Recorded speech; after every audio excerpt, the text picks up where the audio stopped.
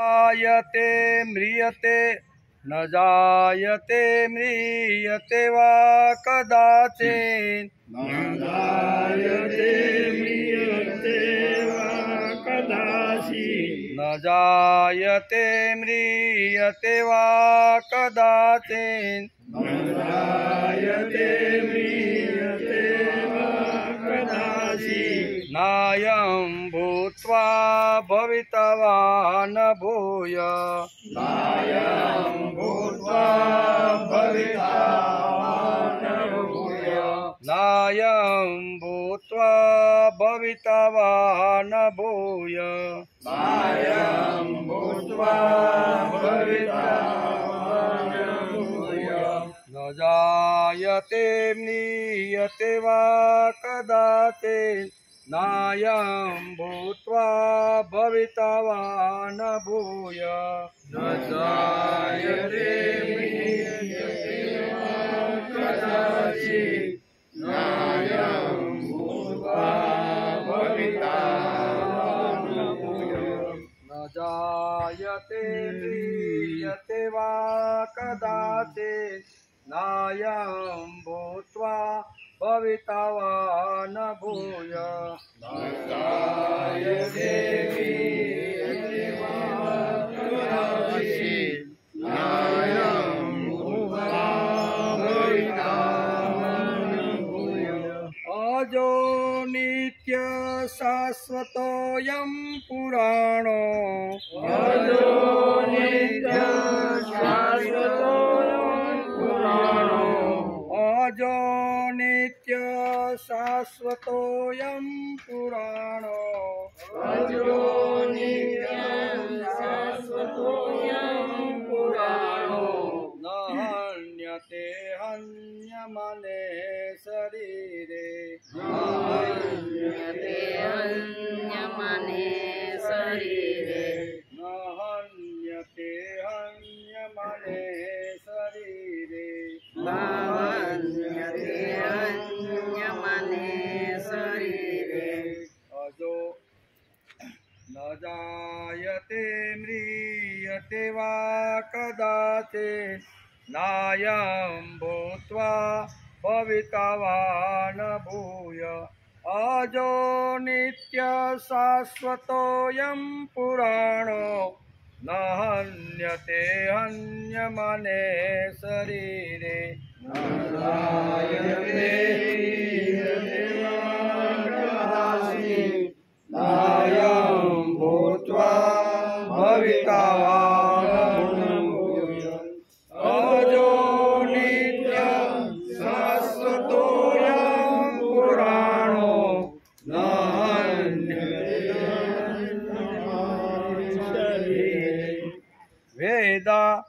वेदा विनाशिनं नित्यं वेदा विनाशिनं नित्यं य येन मजमव्ययम् य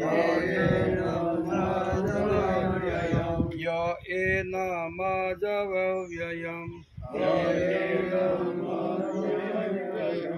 यदा विनाशितं नित्यं य येन मजमव्ययम्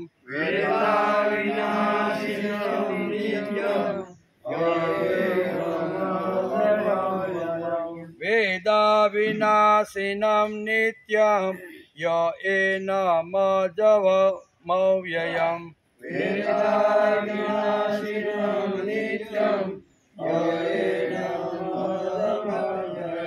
कथं स पुरुष पार्थ कथं स पुरुष पार्थ कथं स पुरुष पार्थं कथं स पुरुष पार्थ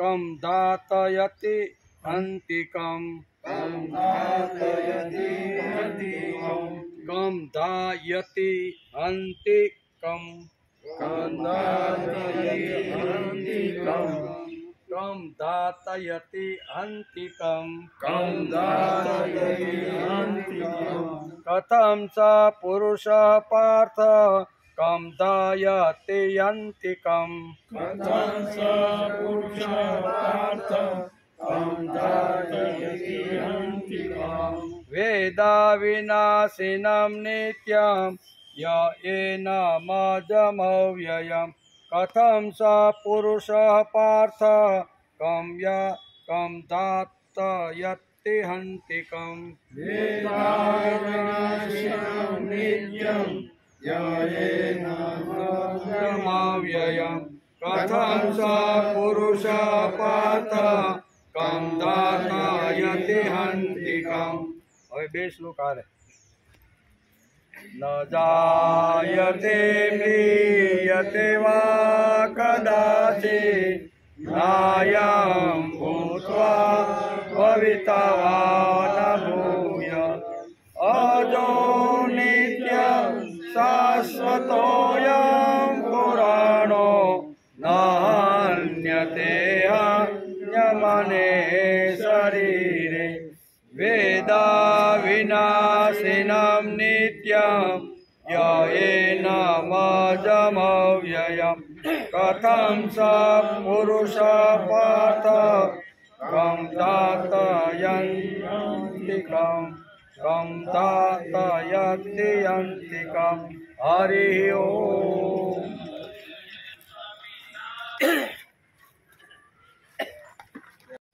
વસુદેવ સુતં દેવં કંસચાણૂરમર્દનમ દેવકી પરમાનંદં કૃષ્ણં વંદે જગદ્ગુરુ ગુરુર્બ્રહ્મા ગુરુર્વિષ્ણુ ગુરુદેવો મહેશ્વર ગુરુ સાક્ષાત પરબ્રહ્મ તસ્મૈ શ્રી ગુરુવે નમઃ.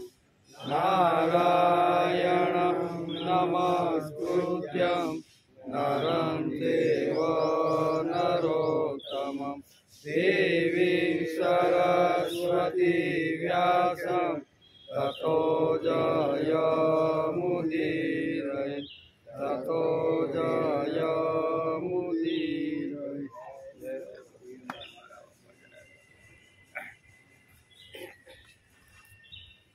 ન જાયતે મ્રિયતે વા કદાચિત નાયં ભૂત્વા ભવિતા વા ન ભૂય અજો નિત્ય શાશ્વતોऽયં પુરાણો ન હન્યતે હન્યમાને શરીરે. શ્રીમદ ભગવદ્ ગીતા ચિંતન શરૂ થયું એને 76મો દિવસ. ગઈકાલે આપણે બીજા અધ્યાયના સાંખ્ય યોગના 19મા શ્લોકને નમસ્કાર કર્યા. યો એનમ વેતિ હંતારમ એમ કરીને ભગવાન અર્જુનને જે કાંઈ તત્વજ્ઞાન આપે છે એનો ગઈકાલે આપણે વિચાર કર્યો. જે મનુષ્ય અવિનાશી આત્માને હણનાર સમજે છે તથા જે મનુષ્ય એને હણાયેલો માને છે તે બંને આને નથી જાણતા, કેમ કે આ આત્મા વાસ્તવમાં નથી કોઈથી હણાતો કે નથી કોઈના દ્વારા હણાતો. આત્માનું વર્ણન ભગવાને કર્યું છે અર્જુનને કે આ આત્મા એક એવો છે કોઈના દ્વારા હણાતો નથી ને હણવા માટે તૈયાર થાય તો હણી શકતા નથી. આ બે વાતોનો ગઈકાલે આપણે વિચાર કર્યો. કુરુક્ષેત્રમાં જ્યાં સુધી ઉદામતા છે ત્યાં સુધી તે પવિત્ર ન કહેવાય. આપણું કુરુક્ષેત્ર શરીર પવિત્ર ક્યારે થાય? જેમ કુરુક્ષેત્ર હરિયાણામાં એક જગ્યા છે, સ્થળ, એવી રીતે આપણું શરીર પણ એક કુરુક્ષેત્ર છે. આ કુરુક્ષેત્ર છે, ક્ષેત્ર એટલે શરીર એમ, અને કુરુ એટલે કરવાનું. આ શરીરમાં પવિત્રતા ક્યારે આવે તો કે ધર્મ ક્ષેત્ર ક્યારે થાય? જ્યારે તેમાંથી ઉદમતા કાઢી નાખી ત્યારે. આ શરીર છે એને જો ધર્મ ક્ષેત્ર બનાવવાનું હોય તો શરીરની અંદર જે કાંઈ ઉદામતા છે એને કાઢવાનો માણસે પ્રયત્ન કરવો જોઈએ. શરીરમાં રહેલી ઉદામતા એકવાર જો નીકળી જાય તો એ ક્ષેત્ર ધર્મ ક્ષેત્ર થઈ જાય. તેથી શ્રીમદ ભગવદ્ ગીતાના પ્રથમ અધ્યાયના પ્રથમ શ્લોકમાં જ અહીંયા વ્યાસે અહીંયા ધૃતરાષ્ટ્રના મોઢાની અંદરથી જ બોલાવ્યું છે કે ધર્મ ક્ષેત્રે કુરુક્ષેત્રે સમવેતા યુયુત્સવ મામકા પાંડવા ચેવ કિમ કુર્વત સંજય. એટલે ધર્મ ક્ષેત્ર બનાવવાનું હોય તો આપણા જીવનમાં, આપણા શરીરમાં, આપણા વિચારોમાં, આપણી કૃતિમાંથી ઉદામતા જો એકવાર નીકળી જાય તો આ શરીર પણ ધર્મ ક્ષેત્ર બની જાય છે. એમ વ્યાસ બહુ સરસ રીતે આપને સમજાવે છે. તેથી ધર્મ ક્ષેત્ર બનાવવાનો પ્રયત્ન કરવો જોઈએ. એમ કે આ શરીર ધર્મ ક્ષેત્ર છે, કુરુક્ષેત્ર છે. શ્રીમદ ભગવદ્ ગીતા ઉદામતા કાઢવા વાળી છે. હું ગીતા વાંચું અને ઉદામ પણ રહું, એ બંને એક સાથે ક્યાંથી ચાલે ભાઈ? એક તો શાસ્ત્રનો ઊંડો અભ્યાસ કરી અને શાસ્ત્રે જે કીધું છે એ પ્રમાણે ન કરીએ અને આપણી ઉદામતા એમને જ રહે વાંચ્યા પછી, સાંભળ્યા પછી, તો કે છે બે વાત એક સાથે રહી શકતી નથી. એક મ્યાનમાં બે તલવાર રહે નહીં. હું ગીતા વાંચું, ઉપનિષદો વાંચું, રામાયણ વાંચું, મહાભારત વાંચું, ભાગવતનો ઊંડો અભ્યાસ કરું અને છતાંય જો આપણી ઉદામતા ન નીકળતી હોય તો અહીં કહે છે કે આવા શાસ્ત્રો વાંચ્યા પછી માણસની ઉદામતા નીકળી જવી જોઈએ. એમ અહીં વેદવ્યાસ લખે છે. એટલે કે તેવી જ રીતે હું ગીતા વાંચું અને નિસ્તેજ રહું એ પણ ન ચાલે. ગીતા વાંચીને, ગીતા સાંભળીને માણસ ઉદામતા રહેતો હોય તો વાંચનાર કે સાંભળનારમાં બેમાં ક્યાંક ખામી.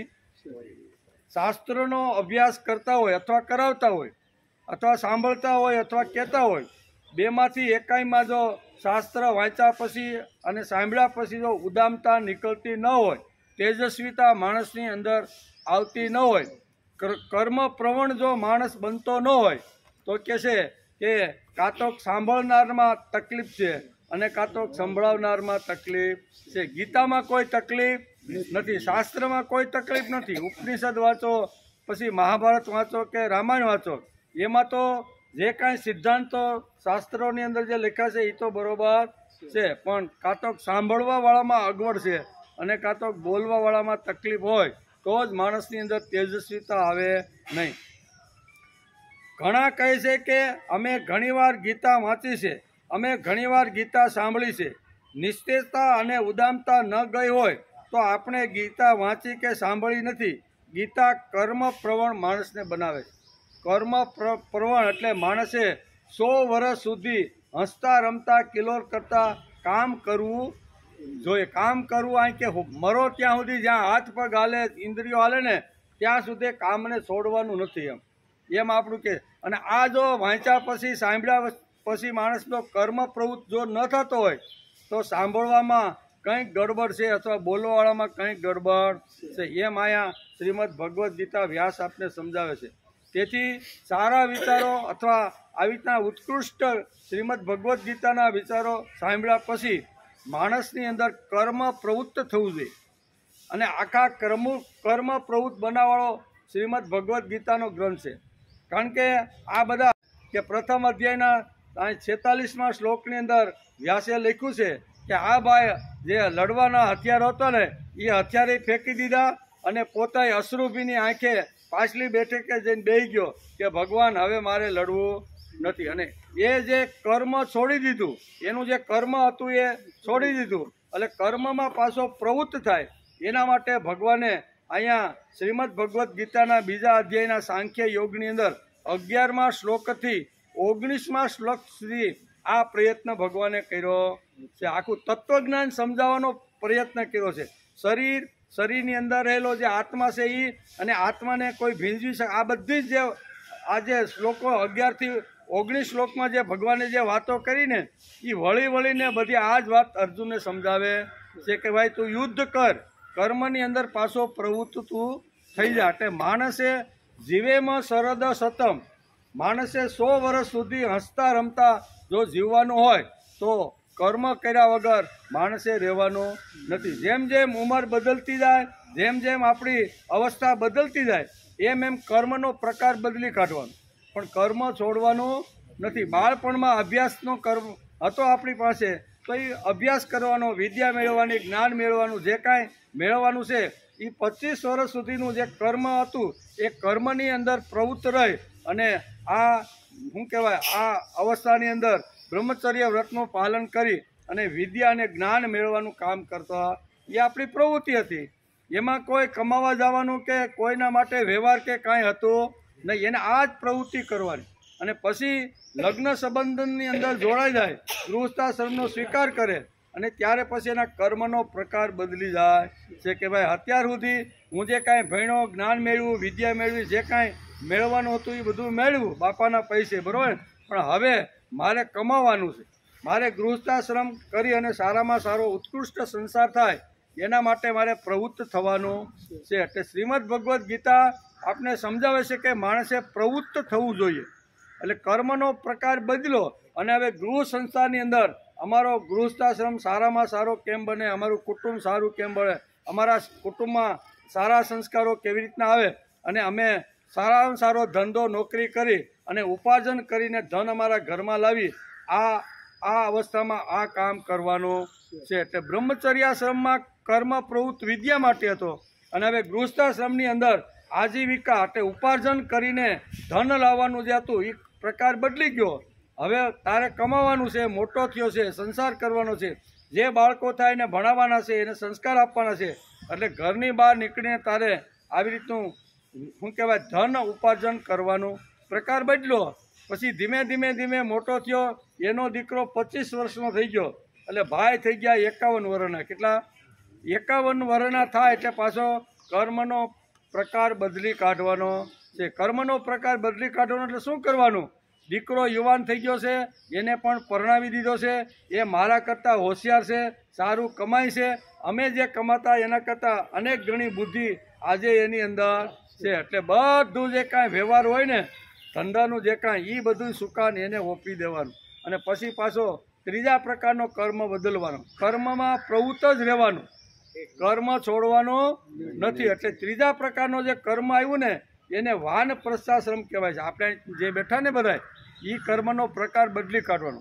દીકરા જો જેટલું કે, જેટલું સિંધે, જે પ્રમાણે કે ને એટલું જ કરવાનું. આપણે દોઢ ડાયું થવાનું નથી. એના કામની અંદર, એના ધંધાની અંદર, એના વ્યવહારમાં માથું મારવાનું નથી. આપણે એને કહી દેવાનું તમારે જરૂર પડે મારા માર્ગદર્શનની, અથવા તમે ક્યાંય અટવાઓ તો તમે પૂછ્યો તો હું તમને જવાબ આપીશ, પણ તમારા કામની અંદર હું ઘોંસ પરોણો, આપણી ભાષામાં કેવું હોય તો ઘોંસ પરોણો કરીશ ને. આને કહેવાય વાનપ્રસ્થાશ્રમ. ઓરિજિનલ વાનપ્રસ્થાશ્રમ કોણ છે? મેં દીકરાને સોંપી દીધું છે. હવે એને લાગશે કે બાપાને કે બાપુજીને પૂછવા જેવું છે તો પૂછશે, અને આપણી પાસે એને લગતું કોઈ જ્ઞાન હશે તો આપણે એને આપવાનો પ્રયત્ન કરશું. આ કામનો પ્રકાર બોલો. તો હવે કરવાનું શું? વ્યવહાર નથી, ધંધો નથી, કોઈ પણ બધું છૂટી ગયું છે. તો હવે આપણે જ્યાં જવાનું છે એની તૈયારી ફૂલ કરવાની છે, બરાબર. જે ભગવાન પાસે જવાનું છે એમાં વધારેમાં વધારે મારો સમય કેવી રીતનો પસાર થાય એના માટે મારે પ્રયત્ન કરવાનો છે. આને કહેવાય વાનપ્રસ્થ, બરાબર. અને વાનપ્રસ્થાશ્રમ એક સારામાં સારી આવી રીતની એક અવસ્થા છે કે જે સમાજની કરોડરજ્જુ છે. કરોડરજ્જુ જો મજબૂત હોય ને તો માણસ ટટ્ટાર હાલી શકે, પણ એકવાર જો કરોડરજ્જુ વાંકી વળી ગઈ ને તો પછી આપણે આમ લાકડીને ટેકે હાલવું પડે કે નહીં. તો આ 3 જે આશ્રમો છે, આ 2 આશ્રમો ગયા અને સંન્યાસ એક બાકી છે. તો 3 આશ્રમની અંદર આ સારામાં સારો આશ્રમ કયો છે તો કે વાનપ્રસ્થાશ્રમ. શા માટે? ધંધાની કોઈ ચિંતા નથી, વ્યવહારની કોઈ ચિંતા નથી, કમાવા જવાની કોઈ ચિંતા નથી. ને દીકરાઓ પણ હવે કહે છે કે બાપા તમને કાંઈ ખબર પડે નહીં, તમે હું લાકડીને લઈને તમે ખેતરમાં આટા મારો, ક્યાંક પડી જાઓ ને લાગશે તો વળી કાંઈક બીજું થાય. એટલે દીકરાઓ પણ દીકરાઓ જ્યાં કામ કરતા હોય ત્યાં પણ આપણે જઈએ તો ઘણીવાર દીકરાઓને ગમતું નથી, કારણ કે આપણી જે કામ કરવાની પદ્ધતિ, સિસ્ટમ જે કાંઈ હતી ને એ બધી જુદી હતી. હવે વિજ્ઞાન આવી ગયું, ટેકનોલોજી આવી ગઈ, એટલે હવે કામ કરવાનું આખી સિસ્ટમ બદલી ગઈ, અને એમાં જો આપણે માથું મારીએ તો આપણે વધી પડીએ કે નહીં. એટલે શાંતિથી જેટલું થાય એટલું ભગવાનનું નામ, ભગવાનનું કામ, ભગવાન માટેનો વિચાર, સારા સજ્જનો લોકો પાસે બેસી એની સારી વાતો સાંભળે અને જીવન ઘડતર કરવાનું જ કામ વાનપ્રસ્થીએ કરવું. બીજી કોઈ આડી હવળી વાત કે આડી હવળી જગ્યાએ ન જતા આપણે આપણો પોતાનો વિચાર કરવો. એના માટે 25 વર્ષ અહીંયા શાસ્ત્રકારોએ આપણે આપ્યા કે આપણા જીવન વિકાસ માટે છે. અને પછી સંન્યાસાશ્રમ આવે એમાં તો 100% નિવૃત્તિ, બરાબર ને. એમાં તો જ્યારે જેટલું ખાવા આપે એટલું ખાઈ લેવાનું, શાંતિથી ભજન કરવાનું, અને સંન્યાસીના જે નિયમો છે એ નિયમો ઘરમાં રહીને જીવવાનો પ્રયત્ન કરવો, આ બધી અવસ્થા છે. અહીંયા મૂળ વસ્તુ શ્રીમદ ભગવદ્ ગીતા, માણસે પોતાનું જે કર્મ છે એ કર્મમાં પ્રવૃત્ત રહીને માણસે કામ કરવું જોઈએ. આ તો બેહી ગયો ભાઈ, હવે મારે લડવું નથી. પોતે લડવાની ના પાડે તોય વ્યાસ કહેશે તોય કાંઈ વાંધો નહીં, પણ લડવાના જે સાધનો હતા ને એ ફેંકી દીધા. હું ભાગવત ઘેરે જઈને વાંચજો ગીતા, અને એમાં બીજા અધ્યાયના 46મા શ્લોકમાં લખ્યો કે અર્જુને તો જે ધનુષ અને જે બાણ હતા ને એ બે ફેંકી દીધા, અને અશ્રુભીની આંખે પાટલી ઉપર જઈને બેસી ગયો કે ભગવાન હવે મારે લડવું નથી. એટલે ભગવાન કહે છે તું ક્ષત્રિય છો, અને ક્ષત્રિય હંમેશા એના જે કાંઈ કર્મો છે ને એની અંદર પ્રવૃત્ત રહી અને જીવન જીવવું. ભગવાન એને આ જ વાત સમજાવે છે. એની સામે ઘણા સમસ્યા, ઘણા બધા પ્રશ્નો અર્જુને પૂછ્યા છે. એના બીજા અધ્યાયના 11મા શ્લોકથી ભગવાને એક એક પ્રશ્નનો જવાબ આપવાની શરૂઆત કરી છે. એનો વિચાર આપણે ગઈકાલે કરતા હતા. ગઈકાલે કે આત્મા એવો છે કે જેને કોઈ હણવા આવે તો એ હણી શકાતો નથી. આવો એક આત્મા છે. એ આત્માની ગઈકાલે આપણે વાત કરતા હતા. તેવી જ રીતે હું ગીતા વાંચું અને ઉન્મત્ત રહું. જો ગીતા વાંચી હોય તો તેજસ્વીતા આવવી જોઈએ. ગીતા કર્મ પ્રવણ બનાવવાવાળી અને ઉન્નતતા અને અહંકાર કાઢવાવાળી છે. આપણી અંદર કાંઈ અહંકાર હોય, અભિમાન હોય, ખોટું પૈસાનું હોય, કોઈને ઉંમરનું હોય, કોઈને શરીરનું હોય, ઘણા પ્રકારના અભિમાન અને અહંકાર માણસ પાસે કાં તો વિત્તનું હોય, કાં તો ખારો પરિવાર હોય એનું હોય, કાં તો ધંધાનું હોય, કાં તો મોટી નોકરી હોય, કંઈક ને કંઈક તો પૂછડું માણસને લાગેલું જ હોય છે. શ્રીમદ ભગવદ્ ગીતા કહે છે કે આ પૂછડાને તમારે હવે છોડવાનો પ્રયત્ન કરવો જોઈએ. અને એ જે કાંઈ અહંકાર છે, અભિમાન છે ને, એ હવે પ્રભુનો હું દીકરો છે ને આવો અહંકાર રાખો, અભિમાન રાખો ને. આપણું ગીત આવે છે ને, અભિમાન છે મને અભિમાન છે, હરિ હૈયામાં છે એનું અભિમાન છે. આ અભિમાન રાખવાનું. પેલું જે પૈસાનું હોય, વિત્તનું હોય, સંપત્તિનું હોય, હારા છોકરા, હારા પરિવારનું હોય, મોટો ધન, એ બધા જે કાંઈ અભિમાનો છે ને એની જગ્યાએ આખો પરિવર્તન કરી અને હરિ હૈયામાં છે એનું અભિમાન રાખવાનું. કે અંદર આવીને હરિ બેઠો છે એનું માણસને અભિમાન ઓઢવું. આ ધર્મક્ષેત્ર કુરુક્ષેત્રમાં ધૃતરાષ્ટ્રની ચિંતા છે. શું છે? કુરુક્ષેત્રના મેદાનની અંદર બંને બાજુ, એક બાજુ 7 અને એક બાજુ 11 અક્ષરની સેના જે ઊભી રહી ગઈ છે, બરોબર. તો સંજય અત્યારે હસ્તિનાપુરમાં બેઠા બેઠા જે કાંઈ કુરુક્ષેત્રના મેદાનમાં ઘટનાઓ ઘટી છે એ બધી વાતો અહીંયા સંજય ધૃતરાષ્ટ્રને કહે છે. એટલે કે ધૃતરાષ્ટ્રને કહે છે કે હે રાજા ધૃતરાષ્ટ્ર, અત્યારે આ બંને આવી રીતની સેનાઓ સામે આવી ગઈ છે. અર્જુન પણ ભગવાનને ઓર્ડર માર્યો કે મારો રથ મધ્ય ભાગમાં લઈ જાઓ. ભગવાન મધ્ય ભાગમાં લાવ્યા, પણ એક સમસ્યા ઊભી થઈ છે કે અર્જુન આવી રીતનો બેસી ગયો છે. એને સમજાવવા માટે ભગવાને ઘણા બધા પ્રયત્નો કર્યા છે. આમ ધૃતરાષ્ટ્રને અત્યારે સંજય સમજાવતો રહ્યો છે. તેથી આ ધર્મક્ષેત્ર કુરુક્ષેત્રમાં ધૃતરાષ્ટ્રની ચિંતા છે. ગીતાની શરૂઆત ચિંતાથી થાય છે, અને ચિંતા થાય એ કાંઈ ખોટું.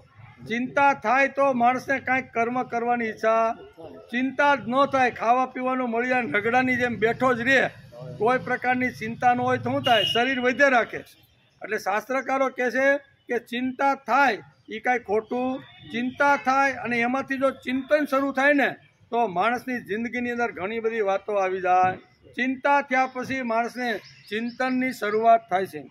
ચિંતા થવા લાગે ત્યારે, એટલે કે ત્યારે જ ચિત્ત ભગવાન પાસે જવા લાગે. એકવાર ચિંતા થવા લાગે કે હાડા લે 51 વર્ષ થઈ ગયા, હવે મારે શું કરવાનું? અત્યાર સુધી તો ધંધા નોકરીમાં, ઘરના ખેતરમાં ખૂબ રેડો હતો, મારા 51 થઈ ગયા. એવું જ્યારે ચિંતા થવા લાગે ને ત્યાર પછી માણસનું ચિત્ત છે ને એ ધીમે ધીમે ભગવાન તરફ જાય છે, ભગવાન તરફ જવા લાગે. ચિંતા થવા લાગે તો કંઈ ખોટું નથી. વેદ વ્યાસે પહેલા શ્લોકની અંદર ધૃતરાષ્ટ્રની ચિંતા ચિત્રી છે. શું ચિત્રું છે? પહેલા જ અધ્યાયની અંદર શ્રીમદ ભગવદ્ ગીતાની અંદર અહીંયા ધૃતરાષ્ટ્રની ચિંતા વેદ વ્યાસે પ્રથમ શ્લોકની અંદર ચિંતા ચિત્રી છે. એટલે ચિંતા થાય તો કાંઈ બહુ ડરવાનું કારણ. ચિંતા થાય તો એને ચિંતનમાં ફેરવી નાખવાનું, અને શા માટે ચિંતા થાય છે એ કાઢી અને ચિત્તની અંદર મનને લગાડવાનો પ્રયત્ન કરવો. એટલે આ બધી વાતો આપણે ગઈકાલે જોતા હતા. આજે શ્રીમદ ભગવદ્ ગીતાના બીજા સાંખ્ય યોગના 20મા શ્લોકનો આજે આપણે વિચાર કરવાનો છે. 20મા શ્લોકની અંદર ભગવાન અર્જુનને કહે છે, ન જાયતે મ્રિયતે વા કદાચિન નાયં ભૂત્વા ભવિતા વા ન ભૂય અજો નિત્ય શાશ્વતોયમ પુરાણો ન હન્યતે હન્યમાને શરીરે. આમ તો 11 થી 20 શ્લોક સુધી ભગવાન વારંવાર ઘૂંટીને બધી એક વાત તો એકની એક જ કરે છે, આત્માની. સમજા? આ શ્લોકની અંદર પણ અહીં સરસ મજાની વાત અર્જુનને ભગવાન કહે છે. અયમ એટલે આ, આખું જો ગુજરાતી કરી સંસ્કૃતનું તો અયમ એટલે આ આત્મા. કેવો? આ આત્મા ન જાયતે, ન જન્મે છે. આ આત્મા જન્મતો નથી. વા એટલે અને કદાચિત એટલે કોઈ પણ કાળમાં. કેવા? કોઈ પણ કાળ, ભૂતકાળ હોય, ભવિષ્યકાળ હોય કે વર્તમાન હોય, કોઈ પણ કાળમાં ન મ્રિયતે એટલે મરણ પામતો, કોઈ કાળમાં મરણ પામતો નથી. ન મ્રિયત એટલે મરણ પામતો નથી. વા એટલે તેમજ, ભૂતવા એટલે ઉત્પન્ન થઈને, ભૂય એટલે ફરીથી, ન ભવતી એટલે થવાવાળો નથી. અયમ એટલે આ, અજો એટલે અજન્મ, નિત્ય એટલે નિત્ય નિરંતર, શાશ્વત એટલે શાશ્વત, અને પુરાણ એટલે અનાદિ, શરીરે એટલે શરીરના, હન્યમાને એટલે હણવા છતાં પણ ન હન્યતે હણાતો નથી. બહુ સરસ અર્જુનને ભગવાન આ આત્માની વાત અત્યારે કહી રહ્યા છે કે હે અર્જુન, આ આત્મકાળમાં મરણ પામે છે, તેમજ આ ઉત્પન્ન થઈને ફરીથી થવાવાળો પણ નથી. આ અજન્મા નિત્ય નિરંતર રહેવાવાળો છે, શાશ્વત અને અનાદિ છે. શરીરના હણાવા છતાં પણ આ આત્મા હણાતો, શરીર તો હણાઈ જાય, ઉંમર થાય અથવા કોઈ એક્સિડન્ટ થાય કે કોઈ એવા આકસ્મિક એવા રીતના શરીર ઉપર આવે તો માણસનો જે શરીર છે એ તો હણાવવાનો છે, પણ અંદર રહેલો જે આત્મા છે ને એ આત્મા ક્યારેય હણાતો નથી. એમ અર્જુનને ભગવાન કહે છે. શરીરમાં 6 વિકારો હોય છે. કેટલા? 6 પ્રકારના વિકારો. શરીરમાં 6 પ્રકારના વિકારો હોય છે. એક તો ઉત્પન્ન થવું, પછી અસ્તિત્વ દેખાવું, બદલાવું, વધવું, ઘટવું અને નષ્ટ થવું. આ 6 જે છે ને એ 6 વિકારો માણસના શરીરની અંદર હોય છે. આ શરીરી એટલે કે આ શરીરી એટલે અંદર રહેલું આત્મા, આ શરીરી આ 6 વિકારોથી રહિત છે. એને કોઈ વિકાર આવી રીતના શું કહેવાય અડતા નથી. આ વાત ભગવાન આ શ્લોકમાં આપણે બતાવી રહ્યા. 6 પ્રકારના જે વિકારો છે એ શરીરને છે. આપણે શરીર પંચમહાભૂતનું જે શરીર લઈને બેઠા છીએ ને એને આ બધા શરીર છે.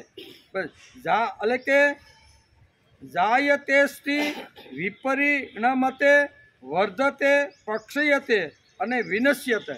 આ 6 પ્રકારના આવી રીતના શરીરની અંદર ફેરફાર થાય છે. માના ઉદરમાં જ્યારે 7 માસનું જ્યારે ગર્ભ આવે છે ત્યારે એને કહે છે, શું કહે છે કે એ ઉત્પન્ન થયું, અંદર કોઈ જીવ અંદર આવ્યો છે, અને પછી એનું અસ્તિત્વ દેખાય બહાર નીકળે એટલે, અને ત્યાર પછી એ બદલતો જાય. ધીમે ધીમે 1 ફૂટનો હોય તો એમાંથી 1.5 ફૂટ છે, 1.5 ફૂટ છે, એમ કરતો એ બદલતો જાય, અને પછી વધતો જાય. વધે પછી પાછો 60 વર્ષ પછી ધીમે ઘટતો જાય. જે ચામડી છે બહારી નીકળવા માંડે, ઘણું બધું શરીર ઉપર. આ બધું જે યુવાનીમાં જે હોય એવું વૃદ્ધત્વમાં હોતું નથી. એટલે ષડ જે વિકારો છે એ શરીરને છે, આત્માને નથી. અને છેલ્લો છે નશ્યતિ એટલે પછી નાશ પામે છે. ન જાયતે મ્રિયતે વા કદાચિન. જેવી રીતે શરીર ઉત્પન્ન થાય છે એવી જ રીતે આ શરીર કદી પણ કોઈ પણ સમયે ઉત્પન્ન નથી થતો. એ તો સદાયનો છે. શરીરી એટલે સદાયનો. અંદર રહેલો જે આત્મા છે એને શરીરી કહેવામાં આવે છે. અને 2 શબ્દો નજીકના છે એટલે પાછો ગડબડ થાય. એક તો શરીર, બરોબર, કાના માતાર વગેરેનો શરીર ર, અને અહીંયા રી આવે છે ને એટલે એ અંદર બેઠેલા તત્વની વાત ભગવાન કરે છે. એટલે કે શરીરી કદી પણ કોઈ પણ સમયે ઉત્પન્ન નથી થતો, એ તો સદાયનો છે. ભગવાને આ શરીરીને પોતાનો અંશ એટલે કે બતાવવા એને સનાતન કહ્યો. ભગવાન અંશ બતાવવા માટે આ શરીરી એટલે અંદર રહેલા આત્માને કેવો છે? સનાતન. એટલે ભૂતકાળમાં પણ હોય, ભવિષ્યમાં પણ હોય અને વર્તમાનમાં પણ હોય. એને કોઈ હણી શકતું નથી, હણમાં આવે તો હણાતો પણ નથી, એવું આ કહે છે. પછી ગીતામાં પણ આ જ વાત ભગવાને આગળ 15મા અધ્યાયમાં કહેવાના છે. આ જ વાત કે મમે વાંસો જીવ લોકે જીવ ભૂત સનાતન મન ષષ્ઠા નિંદ્રિયાણી પ્રકૃતિ વા કરસતી. આ 15મા અધ્યાયની અંદર ભગવાન આ જ વાત અર્જુનને કહેવાના છે. અહીં કે આત્મા કોઈ દી જેમ હણાતો નથી, કોઈ હણવા માગે તો પણ હણી શકાતો નથી. એટલે જીવને એટલે કે શરીરની માટે અહીંયા સનાતન શબ્દ વ્યાસે લખ્યો છે અને ભગવાનના મુખારવિંદમાંથી અર્જુનને આ વાત કહે છે. આ શરીરી કદી એટલે કે આ શરીરી કદી મરતો પણ નથી. મરણ તે પામે છે જે જન્મે છે. હું જન્મે છે એ જ મરણ પામે છે, ઉગે છે એ જ હાથમે છે, ફૂલ ખીલે છે એ જ કરમાય છે. બરાબર. આ બધી જે વાતો છે અહીંયા શરીરની વાત કરી કે શરીર કોઈ દિવસ આવી રીતનો કરમાતો કે હાથમતો કે એ ખલાસ થતો નથી. શરીરી એટલે અંદર રહેલું આત્મતત્વ. અને મ્રિયતેનો પ્રયોગ પણ ત્યાં થાય છે જ્યાં પિંડ પ્રાણને વિયોગ થાય છે. પિંડ પ્રાણનો વિયોગ શરીરમાં થાય છે, પરંતુ શરીરમાં સંયોગ વિયોગ બંને થતા, સંયોગય નહીં ને વિયોગય નહીં. આવે એટલે માણસને આનંદ થાય અને જાય એટલે વિયોગ થાય. આવે એટલે સંયોગ. સંયોગમાં બાળક આપણે ઘેરે જન્મ ધારણ કરે તો માણસને દાદાને થાય કે વાહ સારો દાદો તો હું થઈ ગયો, એટલે એને આનંદ આવે. પણ જ્યારે જવાનું થાય, વિયોગ થાય, તો આત્માને આ વસ્તુ કોઈ લાગતું પડતી નથી. આ બધી લાગુ કોને પડે? સંયોગ કોને થાય? વિયોગ કોને થાય? તો કે જે આવે છે એને સંયોગ પણ થાય અને વિયોગ પણ થાય. ખીલે છે એને એકવાર સવારમાં ખીલી ગયું ફૂલ, સાંજે એને કરમાવવું પડે છે. સૂર્ય સવારે ઉગી ગયો તો એને આથમવું જ પડે છે. એટલે અહીં કહે છે સંયોગ વિયોગ બંને નથી થતા, તે જેમ છે તેમ રહે છે. એનું કારણ એનું મરણ થતું નથી. અંદર રહેલું જે ચૈતન્ય તત્વ છે ને એ ટ્રાન્સફર થઈને વયું જાય. શરીરમાંથી એકવાર જીવ જાય એટલે એ શરીર છોડીને બીજા કર્મ પ્રમાણે એનો જન્મ ધારણ કરે છે. અહીંયા બધા વિકારોમાં જન્મવું અને મરવું એ બે વિકારો જ મુખ્ય છે. આથી ભગવાને એમને 2 વાર નિષેધ કર્યો છે. એને પહેલાં ન જાય તે શબ્દ વાપર્યો છે. શું આવ્યું આ શ્લોકની અંદર? પહેલો શબ્દ શું છે? ન જાય તે, એનો જન્મ થતો નથી. એમ કે ન જાય તે ન એટલે કે એ 2 વિકારો જે મુખ્ય છે. આથી ભગવાને એમનો 2 વાર નિષેધ કર્યો છે. જેને પહેલાં ન જાય તે કહ્યો છે અને બીજી વાર અજ કહ્યો છે. અજ એટલે જે શાશ્વત અને જે નાશ પામતો નથી તેના માટે અજ શબ્દ વાપરવામાં આવે છે. અજન્મ, અજ એટલે કેવો? અજન્મ, એને જન્મ પણ થતો નથી. એમ કે તેથી મ્રિયતે કહ્યો છે. એને જ બીજી વાર ન હન્યતે હન્ય માને શરીરે.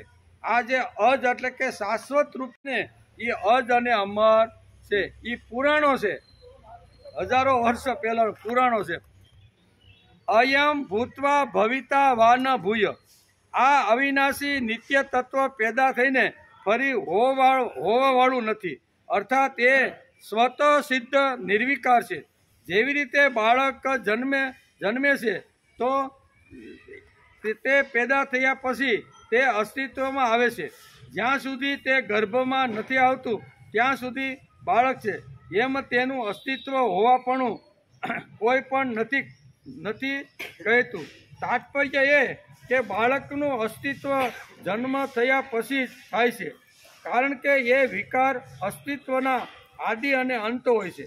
પરંતુ આ નિત્ય તત્વનું અસ્તિત્વ સ્વસિદ્ધ અને નિર્વિકાર છે, કેમ કે આ અવિનાશી સત્તાનો આરંભ અને અંત થતો નથી. આ જે તત્વ છે એનો આરંભ પણ નથી અને અંત પણ નથી. અંત કોનો આવે? જે જન્મે છે તે બાળક આવે, ધીમે ધીમે મોટું થાય પછી યુવાન થાય, પછી વૃદ્ધત્વ આવે અને ધીમે પછી એ નાશ પામે. એટલે આ બધી જે વાતો છે ને એ શરીરની છે, પણ આત્માની એકેય વાતો નથી. એમ કે અજ એટલે આ શરીરનો કદી જન્મ નથી થતો, આથી તેને અજ કહેવામાં આવે છે. અંદર રહેલું જે આત્મ તત્વ છે એને અજ શા માટે કહેવામાં આવે છે? તો કે એ શરીરી એટલે અંદર રહેલો જે આત્મા છે એનો જન્મ થતો એ તો શાશ્વત છે, પુરાણો છે અને અજ છે. એમને પછી નિત્ય શબ્દ વાપર્યો છે. આ શરીરી નિત્ય નિરંતર રહેવાળો છે, આથી એનો કદી વિનાશ થતો નથી. વિનાશ તો અનિત્ય વસ્તુઓનો થાય છે. આપણે જે જોઈ છે આ બધી ખુરશી છે, વૃક્ષો છે, ગાય છે, ભેંસ છે, જે કાંઈ જોઈ છે ને એનો બધાનો નાશ થાય છે, પણ અહીંયા ઈશ્વરી તત્વ અંદર આત્મ તત્વ છે એનો ક્યારેય નાશ થતો નથી. વિનાશ તો અનિત્ય વસ્તુઓનો થાય છે કે જે નિરંતર રહેવાવાળી નથી. જેવી રીતે અડધી ઉંમર વીતા પછી શરીર ઘટવા લાગે. બરાબર, અડધી ઉંમર થાય એટલે શરીર 100 વર્ષની આયુષ્ય શાસ્ત્રકારોએ કળિયુગમાં માપ્યું છે કે ભાઈ 100 વર્ષનો માણસ કળિયુગમાં થશે. પછી તો એના ખોરાકને હલનચલન જે કાંઈ શરીરની જે તંદુરસ્તી ઉપર આધાર રાખે છે, પણ 100 વર્ષની કળિયુગની અંદર આયુષ્ય રાખી છે એવું કહે છે. તો અડધી ઉંમર થાય એટલે ધીમે ધીમે પછી શરીર ઘટવા લાગે છે. એટલે કે શરીર આવી રીતનું ઘટવા લાગે છે, બળ ક્ષીણ થઈ જાય છે અને ઇન્દ્રિયોની શક્તિ ઓછી થવા લાગે છે. એ પ્રકારે શરીર, ઇન્દ્રિયો, અંતઃકરણ વગેરેનો તો વિનાશ થાય છે, પરંતુ શરીરીનો વિનાશ થતો. શરીરની અંદર રહેલું જે શરીર એટલે આત્મતત્વ છે એનો કોઈ દિવસ વિનાશ થતો નથી. વિનાશ થાય છે જે જન્મે છે તેનો. એટલે અહીં લખ્યું છે કે અડધી અવસ્થા માણસની પૂરી થાય ને ત્યાર પછી માણસનું જીવન ધીમે ધીમે ઘટતું જાય છે. શરીરમાં કડસલી પડે, આંખમાં પૂજવાનું ઓછું થઈ જાય, કાને સાંભળવાનું થઈ જાય, પગ ન દુખતા હોય કે ભાઈ કાલથી મારો પગ દુખવા, આ શું બધું બતાવે છે ભાઈ? ધીમે ધીમે શરીરનો ઘસારો બતાવે છે કે ભાઈ 2 દી પહેલાં કાંઈ નહોતું ને આજે મારા પગમાં શું થઈ ગયું ભાઈ ઢીચણમાં. તો એનો અર્થ એવો થયો કે 50 વર્ષની ઉંમર થાય, અડધું એટલે 50 આપણે સમજવાનું કે 50 વર્ષની ઉંમર થયા પછી માણસે અહીંયા શરીરના બધા જ અંગો સંકોચવા લાગે, દુખવા લાગે, અંદર અગવડતાઓ બધી ઊભી થાય. અને આ અગવડતાઓ ઊભી થાય એ પહેલાં માણસે પ્રભુ ભક્તિ કરી લેવી જોઈએ. જ્યાં સુધી શરીર થોડું ઘણું સારું છે, જ્યાં સુધી સંભળાય છે, જ્યાં સુધી ચાલી શકાય છે, જ્યાં સુધી દેખાય છે ને ત્યાં સુધી માણસે કરી લે. પછી તો એકવાર પથારીમાં પડ્યા પછી 2-3 જણા તો સેવા કરવામાં જ આજુબાજુમાં ઊભા હોય છે. તો એવા સમયે જ્યારે દર્દથી માણસનું શરીર પીડાતું હોય છે ત્યારે ભગવાન યાદ આવતો નથી. કોઈ ભાગ્યશાળી હોય તો જ સુખા વસાને ઇદમેવ સારમ. કોઈ જીવ ભાગ્યશાળી હોય ને તો આ 3 ટાઈમે એને પ્રભુ યાદ આવે છે. એમ આપણું શાસ્ત્ર કહે છે કે સુખા વસાને ઇદમેવ સારમ, દુઃખા વસાને ઇદમેવ જ્ઞેયમ, દેહા વસાને ઇદમેવ જાપ્યમ, ગોવિંદ દામોદર.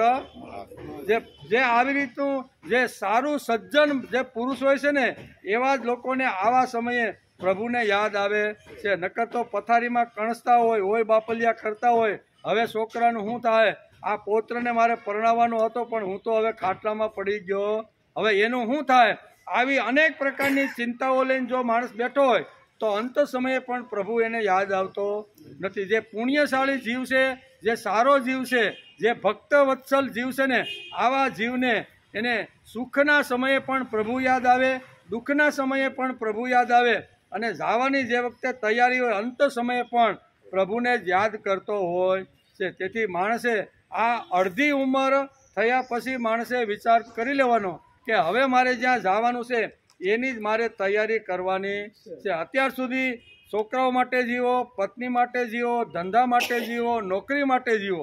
50 વર્ષ સુધી રાત દિવસ મહેનત કરી અમારો પરિવાર સુખી કેમ થાય, અમારો પરિવાર આનંદથી કિલોલ કેમ રહે, એના માટે મારે ગમે તે 18 કલાક જો કામ કરવાનું છે ને તો ખેતરમાં 2 રાતના ઉજાગરા કરીને પણ મોસમની અંદર અમે કામ કર્યું છે. ઘણીવાર આપણે આ કરતા હોય શા માટે?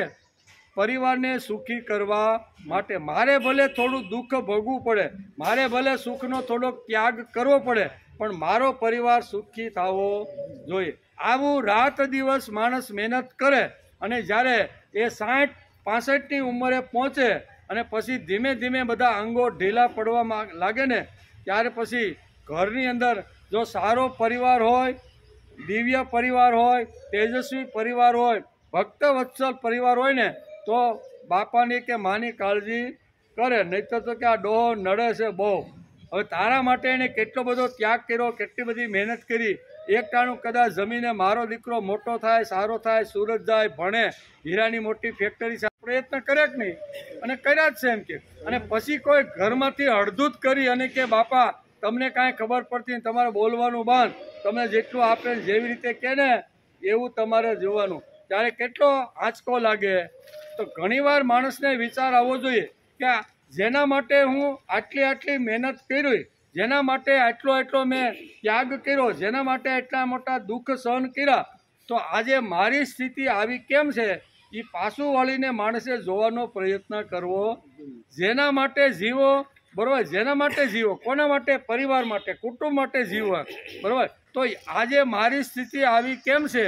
તેથી વેદવ્યાસ જેવા મહાપુરુષ આવે, મનુ જેવા આવી રીતના મહાપુરુષો આવે ને, એણે શાસ્ત્રમાં બહુ સરસ રીતે આ વાતોને ચિતરી રાખી છે કે એકવાર માણસને વૃદ્ધત્વ આવવાનું છે. તો વૃદ્ધત્વ આવે ને એ પહેલાં માણસે થોડો પાટો બદલાવાનો, જીવનનો પાટો બદલાવવાનો માણસે પ્રયત્ન કરી લેવો જોઈએ. આજ સુધી જીવાશો કેટલું અને કેવું, કેટલી કમાણી કરી, કેટલું છે દેવું, કાઢી સરવૈયું કોઈ સંતને.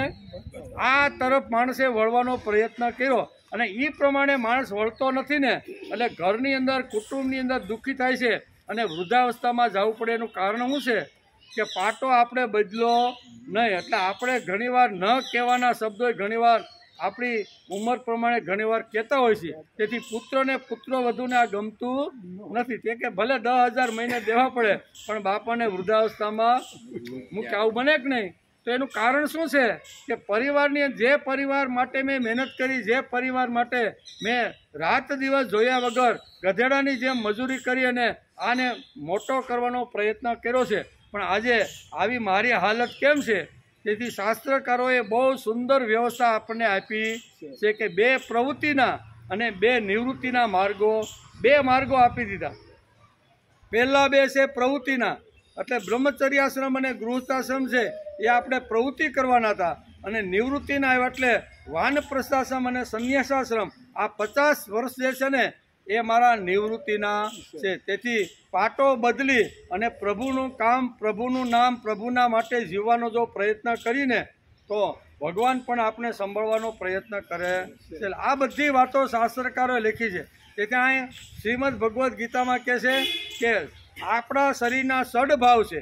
એક તો અંદર હોવું એ ખબર પડી ગઈ, 7 મહિનાનો ગર્ભ થાય એટલે અંદર કાંઈક છે એ માણસને ખબર પડે, પછી બહાર આવે, પછી ધીમે ધીમે એની અંદર આવી રીતનું ઉંમર પ્રમાણે એના અંગો ધીમે ધીમે મોટા થતા જાય અને પછી ધીમે ધીમે વધતો જાય, વધે પછી ઘટે પછી નશ્યતિ. આ 6 જે ભાવ છે ને એ બધા આપણા શરીરના બધા ભાવો છે.